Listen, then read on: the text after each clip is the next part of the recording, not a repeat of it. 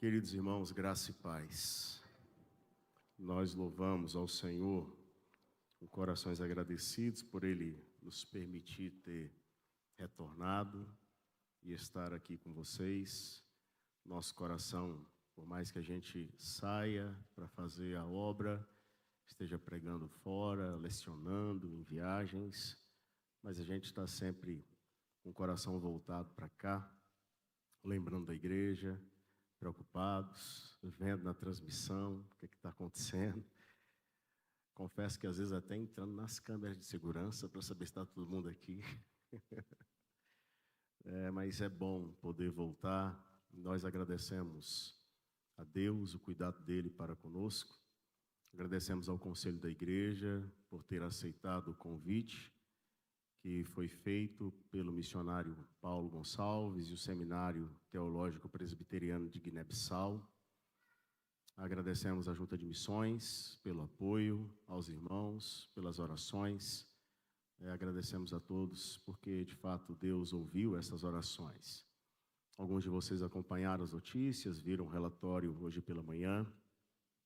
Nossas atividades em Guiné-Bissau, algumas delas tiveram que ser suspensas. O país, no último domingo, passou por um processo eleitoral que, ao longo da semana, foi anulado, porque os militares assumiram o governo, as fronteiras foram fechadas, e, pela bondade de Deus, nós saímos de lá praticamente no último voo que poderia, ter saído. Então, nós agradecemos a Deus por todo o cuidado. Orem por Guiné-Bissau, orem pelos missionários. A situação começa a se normalizar, mas normalizar dentro do novo governo militar que está sendo estabelecido. Então, orem por aquela nação, orem pelos missionários, para que Deus tenha misericórdia de todos eles. Abra sua Bíblia, por favor, na segunda epístola de Paulo a Timóteo, no capítulo 4. Nós estudaremos os versos 1 a 5, tanto agora quanto logo mais, no culto das 19, nós pregaremos a mesma passagem. 2 Timóteo, capítulo 4, versos 1 a 5. Abra sua Bíblia, por favor, nesse texto e mantenha a sua Bíblia aberta, por gentileza, para acompanhar aquilo que vai ser pregado a partir desse instante.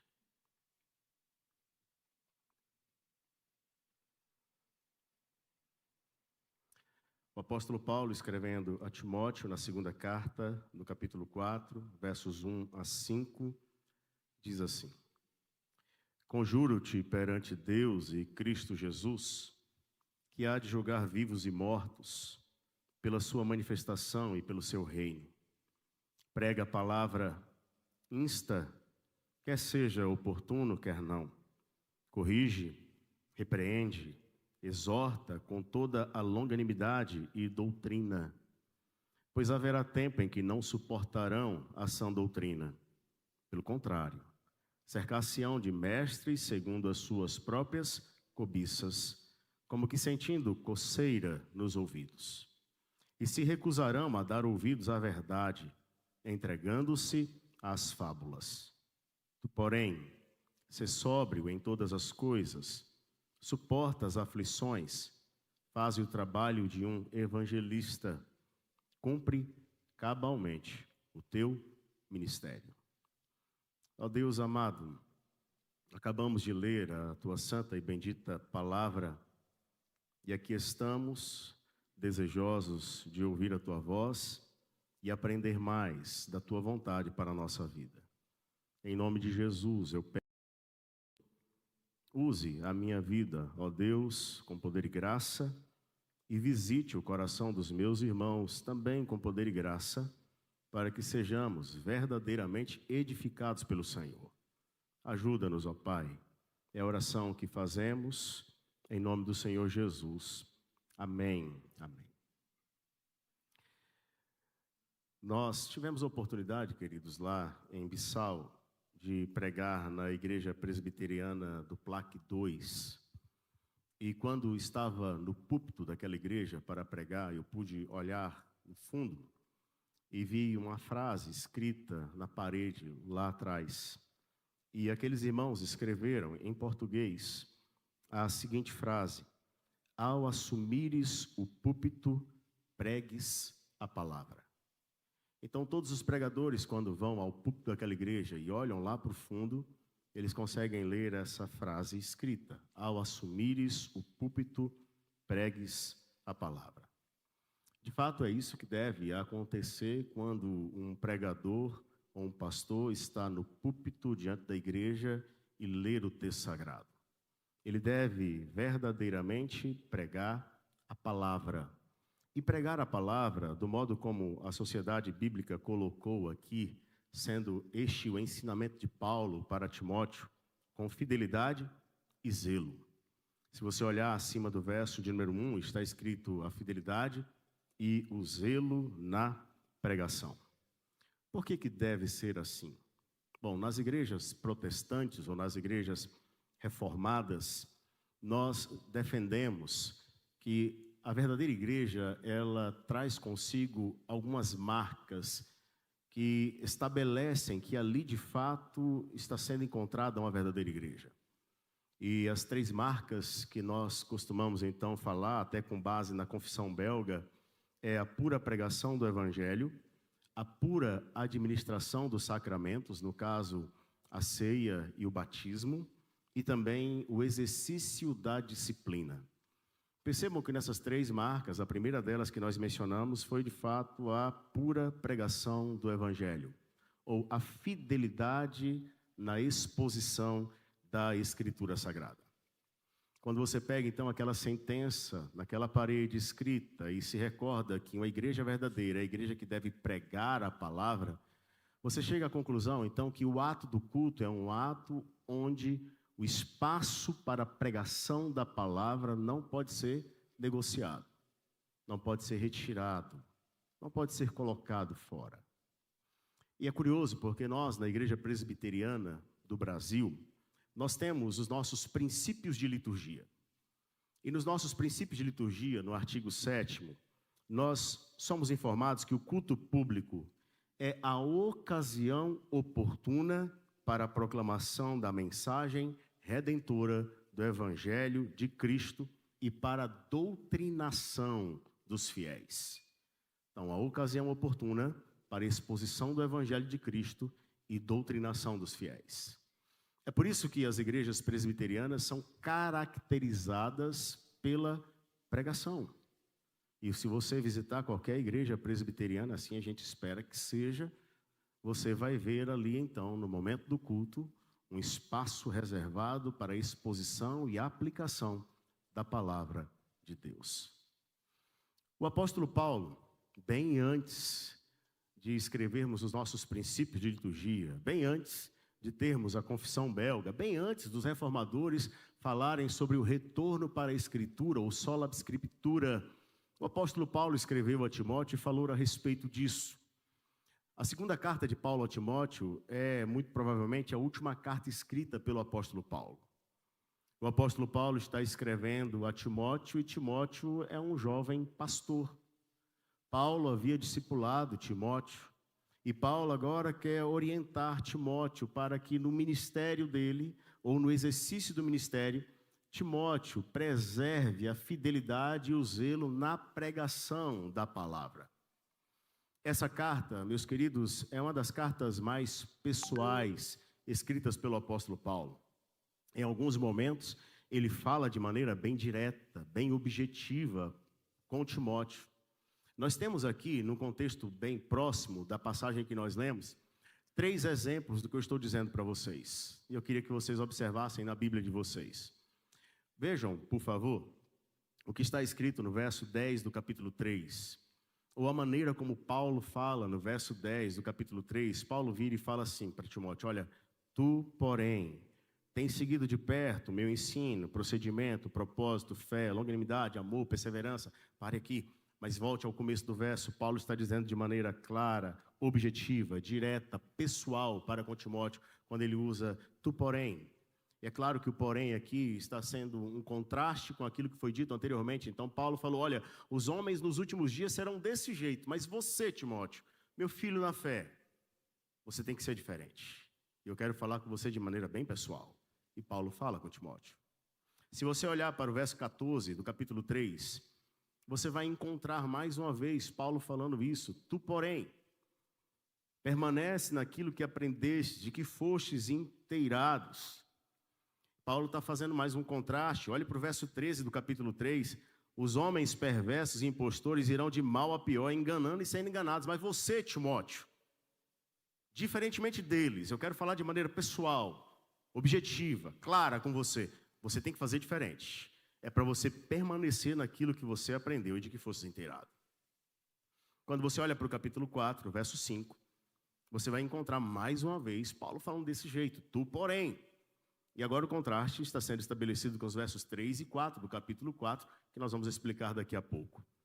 Percebam então que esta carta é uma carta onde o apóstolo Paulo, que já está lá na frente, na carreira do seu ministério, está escrevendo para o jovem pastor lá atrás, está orientando esse jovem pastor, que esse jovem pastor deveria permanecer fiel e zeloso na pregação da palavra.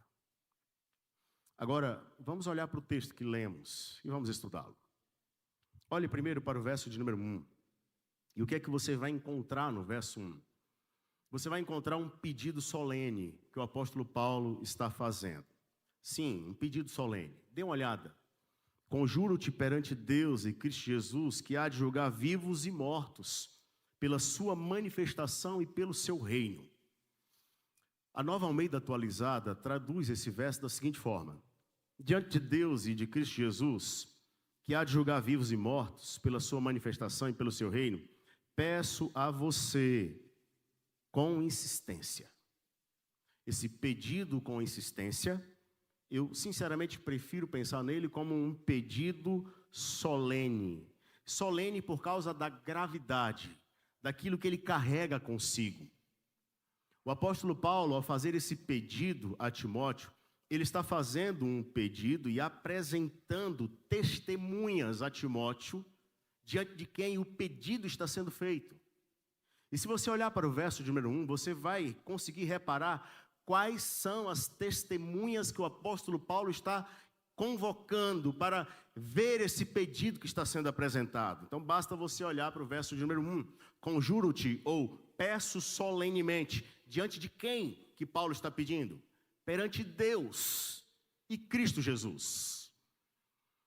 Quando o apóstolo Paulo fala Deus e Cristo Jesus, então o apóstolo Paulo está apontando para a gravidade do pedido que está sendo feito, ou a seriedade desse pedido. Timóteo, o que eu estou falando com você é algo muito sério, é algo muito sério. Diante de Deus, nós não temos como esconder absolutamente nada, tá, Timóteo? Diante de Deus, nenhuma das coisas passam despercebidas. E é esse Deus e Cristo Jesus que são as testemunhas do pedido que eu estou lhe fazendo, ou desse lembrete que eu estou trazendo à sua memória. E aí, o apóstolo Paulo, ele não simplesmente fala destas testemunhas, mas o apóstolo Paulo traz à memória de Timóteo o fato de que Timóteo, no exercício do seu ministério, haverá de um dia prestar contas a Cristo Jesus e a Deus. Nós sabemos que Deus, o Pai, entregou ao Filho toda a autoridade nos céus e na terra, e o Filho é aquele que haverá de voltar para julgar vivos e mortos. O Filho, então, é o juiz que será manifestado na consumação de todas as coisas, diante de quem todo mundo haverá de prestar contas. E Paulo está dizendo, presta atenção. O seu ministério está sendo exercido diante de Deus. E você haverá de prestar contas, porque o Senhor, de toda a glória, estabeleceu um juiz que vai julgar vivos e mortos. E quando isso vai acontecer? Na manifestação, no aparecimento, na segunda vinda. E quando o reino dele foi estabelecido por completo. Então Paulo está fazendo esse pedido solene a Timóteo. E Timóteo deve levar em consideração quem são as testemunhas desse pedido. O fato de que ele vai prestar contas de cada coisa dita e ensinada ao longo de todo o seu ministério, quando o Senhor Jesus se manifestar no seu reino. Agora, avance comigo e olhe para o verso 2. E o que é que você vai encontrar no verso 2? você vai encontrar no verso 2 agora uma especificação da missão. Então, nós falamos tão somente do pedido solene. Nós não entramos na missão ainda. Mas agora no verso 2, o apóstolo Paulo vai falar qual é a missão. E qual é a missão? Olhe para o verso 2. O verso 2 diz: prega a palavra, insta, quer seja oportuno, quer não, corrige, repreende, exorta com toda longanimidade e doutrina. A missão está sendo especificada aqui. No primeiro momento, você pode contemplar junto comigo que nessa especificação Paulo está colocando de um modo muito claro o que de modo deveria fazer: pregar a palavra. Palavra aqui deve ser entendido como aquilo que Paulo falou há pouco tempo atrás. Basta você olhar para o capítulo 3 e olhar para o verso 16. Olhe para o verso 16. O que é que está escrito no verso 16? Toda a Escritura é inspirada por Deus e útil para o ensino, para a repreensão, para a correção, para a educação na justiça, a fim de que o homem de Deus seja perfeito e perfeitamente habilitado para toda boa obra. Então, quando Paulo fala sobre pregar a palavra, Paulo está apontando para a exposição da Escritura. É claro que aqui nós estamos nos referindo à Escritura do Antigo Testamento. Por meio da exposição da Escritura do Antigo Testamento, o apóstolo Paulo estava orientando Timóteo a fazer com que os homens enxergassem em Cristo o cumprimento da promessa. Então, pregar a palavra é algo que não pode passar despercebido diante dos nossos olhos, porque nós temos um conteúdo inegociável para ser anunciado, para ser proclamado. Ao assumires um púlpito, pregue a palavra. Isso significa que aqueles que estão no púlpito, ou aqueles que se dispõem a pregar, a ensinar, a falar, eles não devem estar ali para fazer a exposição das suas ideias, das suas filosofias, dos seus pensamentos. Vejam que detalhe interessante. Os escritos de Lutero são interessantes, os escritos de Calvino são muito importantes, os escritos de outros teólogos contemporâneos também são muito bons, mas nada disso, se somado todos eles, jamais conseguirá ultrapassar a excelência da Escritura Sagrada. O ponto é, você e eu temos uma mensagem objetiva a ser entregue ao mundo.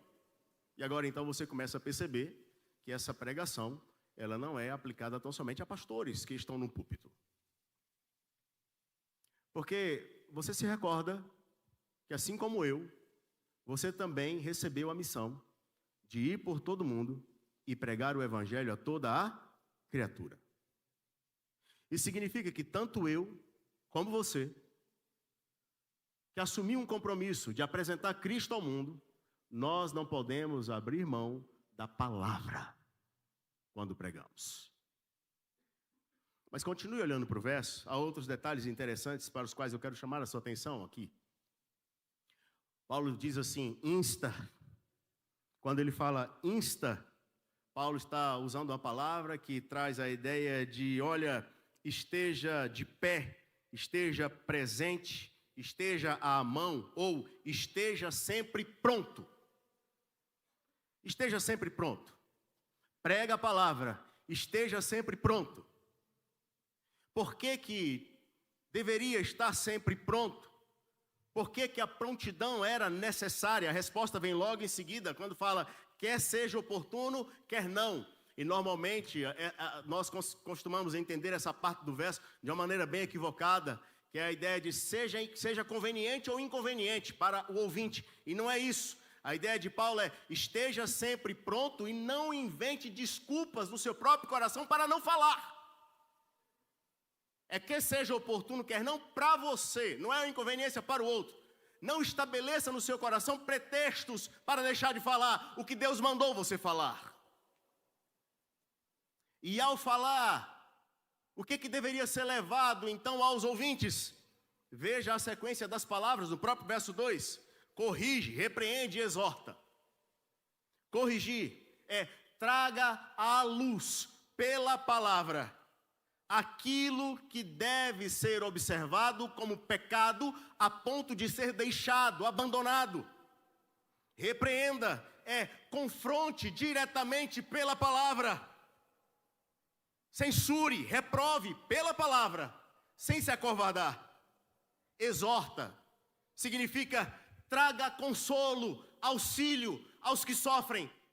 Vejam, então, que coisa tremenda, porque se por um lado nós temos a repreensão, a reprovação, a correção, por outro lado nós temos esse efeito da palavra, que é o quê, gente? Trazer consolo, trazer vida àqueles que sofrem. O púlpito não é um lugar tão somente para denunciar pecado, mas é um lugar para apontar a graça de Deus, que consola e restaura corações quebrantados. Mas não é só o púlpito, a própria palavra, onde quer que você esteja, quando estiver anunciando, saiba que ali há pessoa que necessita ou ser corrigido ou ser consolado.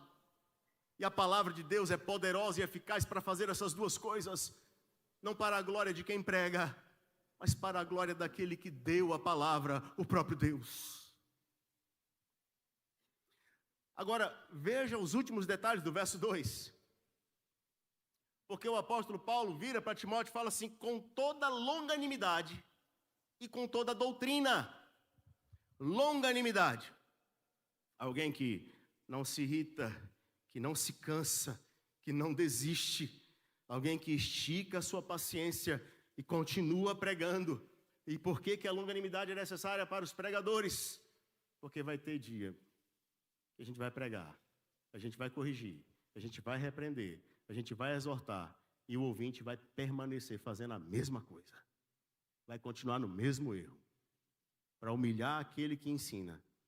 E Paulo está dizendo, mas continua, não para, seja longânimo, continue, não desista, continue ensinando, não pare. Isso não é só para a gente aqui, isso é para você, minha irmã, dentro de casa. Você está lá falando para o seu filho: filho, não é assim, não é desse jeito que Deus quer, não faz desse jeito, Deus quer que você faça desse jeito. E o filho não ouve, ele segue por um caminho errado. E aí o que você vai fazer, minha irmã? Parar, desistir? Jamais!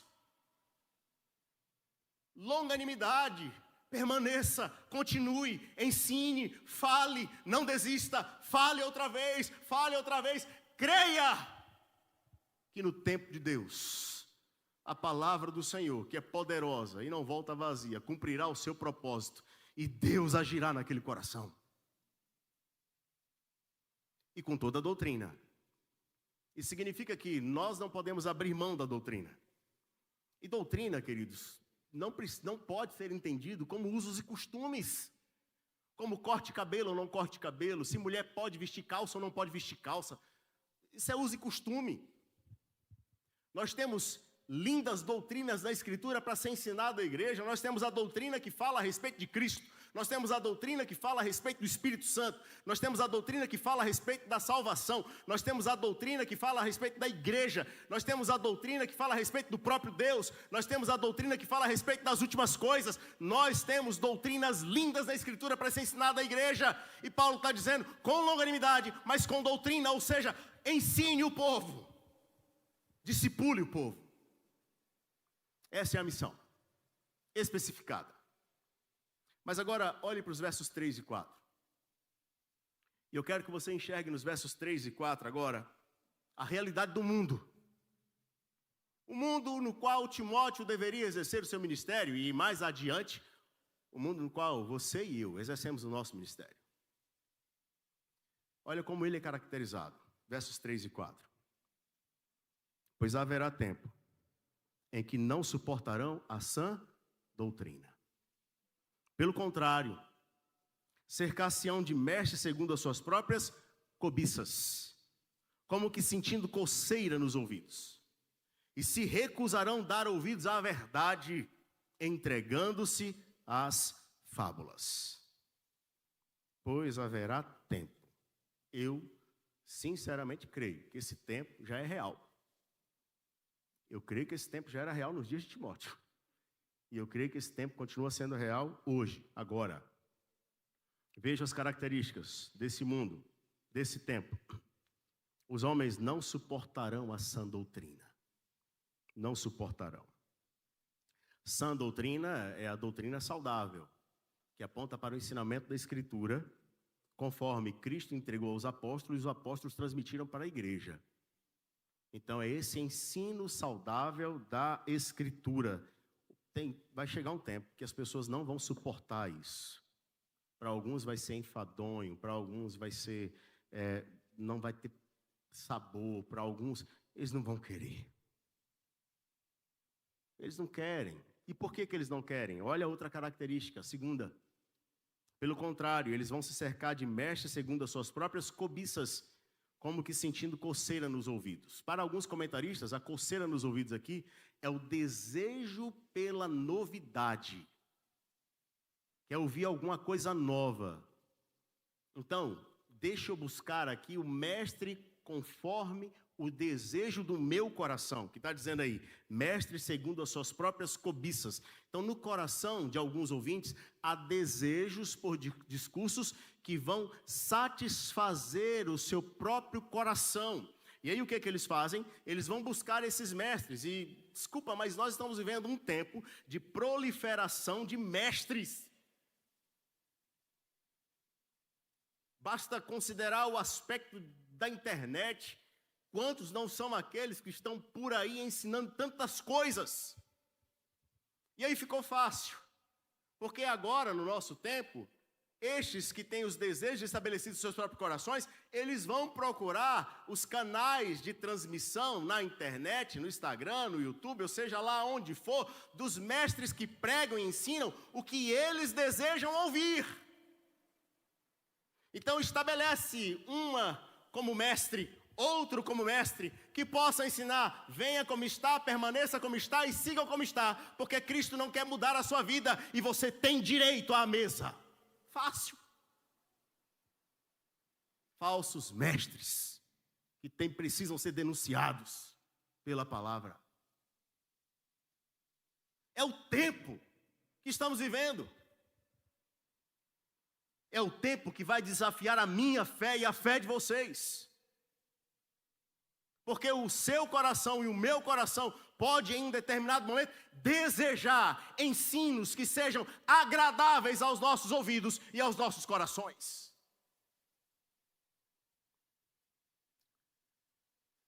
Há público hoje que não quer ser confrontado. E se a Escritura confronta, logo se busca justificativas. Isso é real. Mas não acabou, não. Olhe para o texto. Verso 4. Eles se recusarão a dar ouvidos à verdade e vão se entregar a mentiras. É muito melhor acreditar em mentiras do que na verdade que confronta. Essa é a característica. E aí Paulo está dizendo, olha, é nesse campo que os pregadores estão sendo enviados, que os mensageiros estão sendo enviados. E aí, o que fazer? Parar? Desistir? Abandonar a missão? Aí vem o verso 5. Tu, porém, ou seja, olha, Timóteo, você de um jeito diferente. E o que é que nós vamos encontrar no verso 5 agora, então? Nós vamos encontrar no verso 5 os requisitos do mensageiro. E quais são os requisitos que estão sendo apresentados aqui? Eu quero que você observe esses requisitos comigo. Verso 5. Tu, porém, sê sóbrio em todas as coisas, suporta as aflições, faze o trabalho de um evangelista, cumpre cabalmente o teu ministério. Quais são os requisitos? Primeiro deles, sobriedade em todas as coisas. Sê sóbrio em todas as coisas. Timóteo, mantenha-se calmo, mantenha-se sereno de espírito, seja controlado, seja moderado. Quando nós lemos a palavra sóbrio, no nosso contexto, não é difícil saber o que vem a ser essa sobriedade, se usarmos a ilustração da embriaguez, da perda dos sentidos pela embriaguez. Então, Timóteo, não permita que o mundo, com as suas características, embriague o seu coração a ponto de você perder a sobriedade das coisas. Não, mantenha-se sereno, esteja calmo, seja moderado. Postura, Timóteo. Fica firme. Fica firme. Aí segue. Olha o que diz o texto. Suporta as aflições. Interessante isso. Está falando sobre pregação do Evangelho. E agora o apóstolo Paulo vai associar aflições. Por que Paulo faz isso? Porque não existe uma garantia para aqueles que ensinam o Evangelho, que compartilham Cristo, que pregam, que seja no púlpito, ou seja numa fila de um banco, onde for, não existe garantia de que ele esteja isento de aflições. Aqueles que ensinam estão sujeitos a sofrerem. Lembram-se da mãe que eu falei agora há pouco, que está ensinando o filho dentro de casa e o filho está fazendo tudo o contrário do que ela está ensinando? Você acha que o coração dessa mãe vai ficar soltando fogos? Como fizeram essa noite, 4 horas da manhã, não acabava aqueles fogos. Eu falei, Senhor do céu, esse povo está de brincadeira.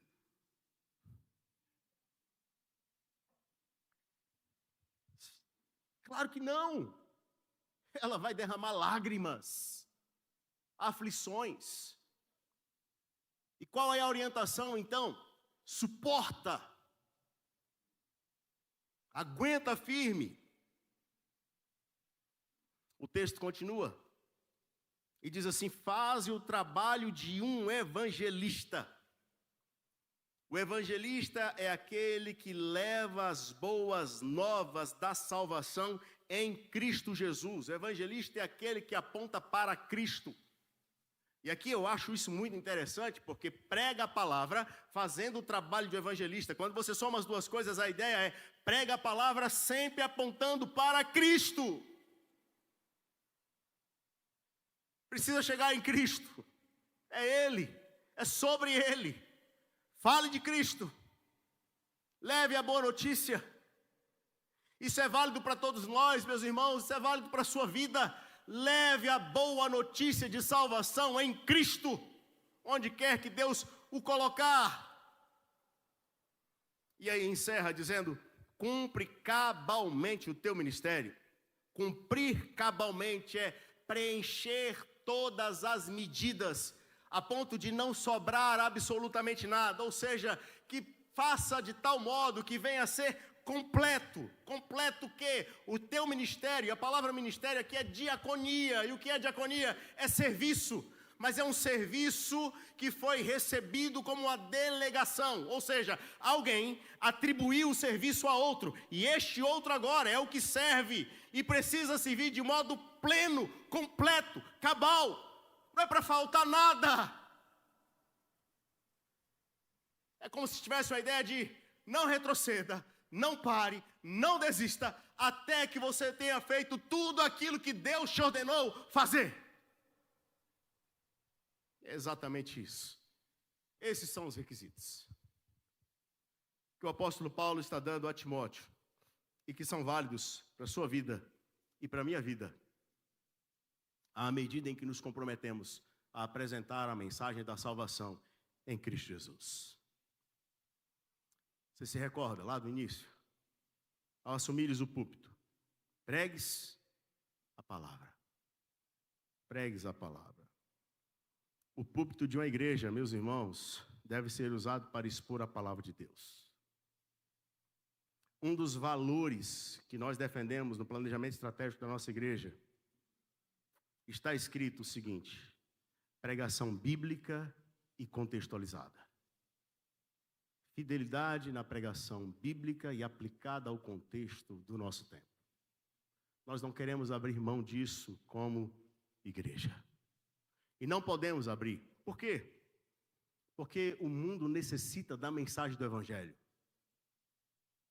O mundo necessita da mensagem do Evangelho. Nós temos um tesouro extraordinário para apresentar ao mundo. É o Evangelho, Cristo Jesus. Nós não podemos abrir mão disso jamais. E nem assumir uma outra postura que não seja de profetas. Ou seja, daqueles que anunciam a palavra e Cristo.